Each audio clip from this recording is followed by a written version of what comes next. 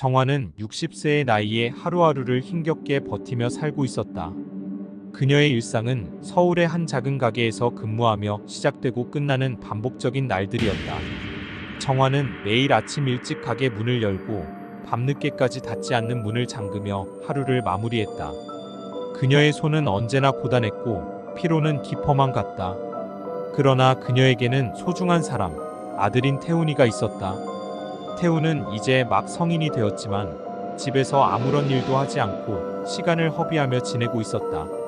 정화는 태훈에게 기회를 주고자 했지만 그는 직장이나 학교를 다니지 않고 집에서만 시간을 보내며 나태하게 지내는 모습이었다. 태훈은 하루 종일 인터넷을 하거나 TV를 보며 시간을 보내곤 했다.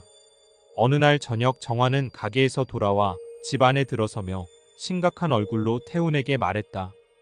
태훈아, 엄마가 요즘 힘든 날이 많아.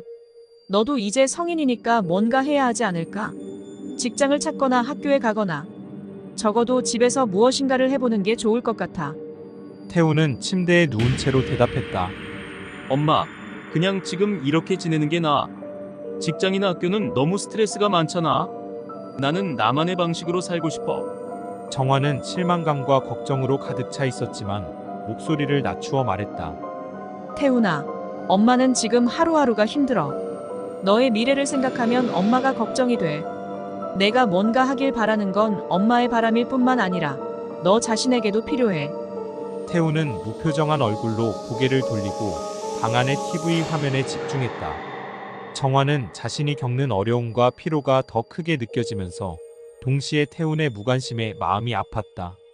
어느 날 평소와 같이 정신없이 바쁜 하루를 보내고 집으로 돌아온 정화는 자신이 꿈에도 상상하지 못했던 광경을 마주했다. 아들 태훈이 노트북 앞에 앉아 인터넷 방송을 하는 한 여성을 열심히 응원하고 있는 모습이었다. 그런데 그 방송 화면에는 엄청난 후원금이 계속해서 쏟아져 나가고 있었다. 태훈아, 이게 다 뭐니? 목소리에 걱정과 당황함이 묻어나왔다. 태훈은 살짝 당황한 듯 했지만 곧 편안한 미소를 지으며 대답했다. 엄마, 이 여자 진짜 예쁘지 않아? 내가 살면서 본 여자 중 가장 예뻐. 나도 이렇게 예쁜 여자랑 데이트 한 번만 해보고 싶다. 정화는 더욱 더 걱정스러운 표정을 지었다. 너 설마 저 사람한테 후원인지 뭔지 돈 준 거니? 태훈은 불안한 눈빛으로 대답했다. 엄마, 이건 단순한 후원이 아니야. 1,000만 원 넘게 후원한 사람이랑 데이트도 해준대.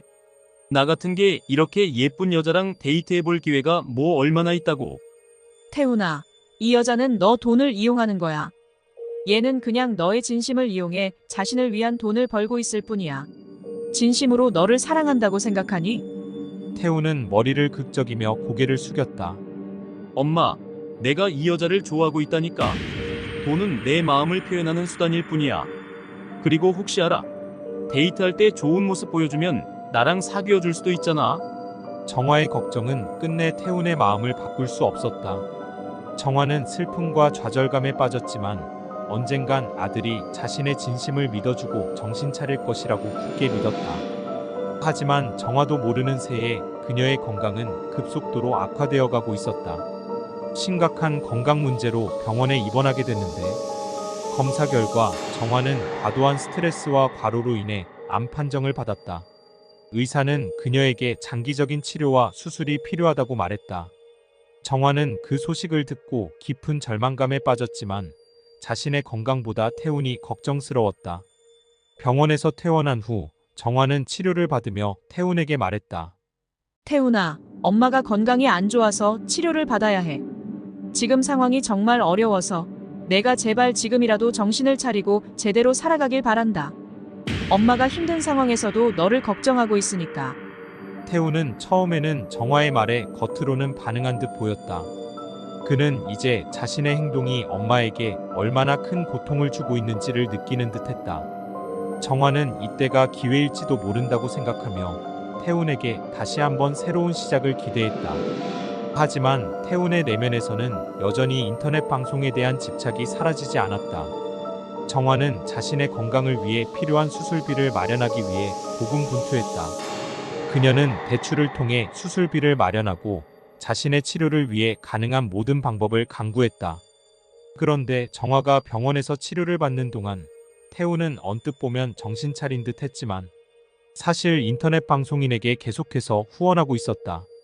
돈이 부족해진 태우는 그래선 안 되는 걸 알지만 결국 엄마인 정화의 수술비까지 손대기 시작했다. 그러던 어느 날 정화가 우연히 태훈의 은밀한 후원 내역을 발견하게 되었다.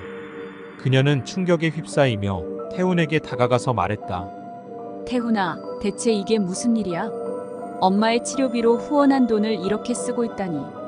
엄마가 너에게 바친 모든 것이 이렇게 되는 거니? 태훈은 두려운 표정을 지으며 대답했다.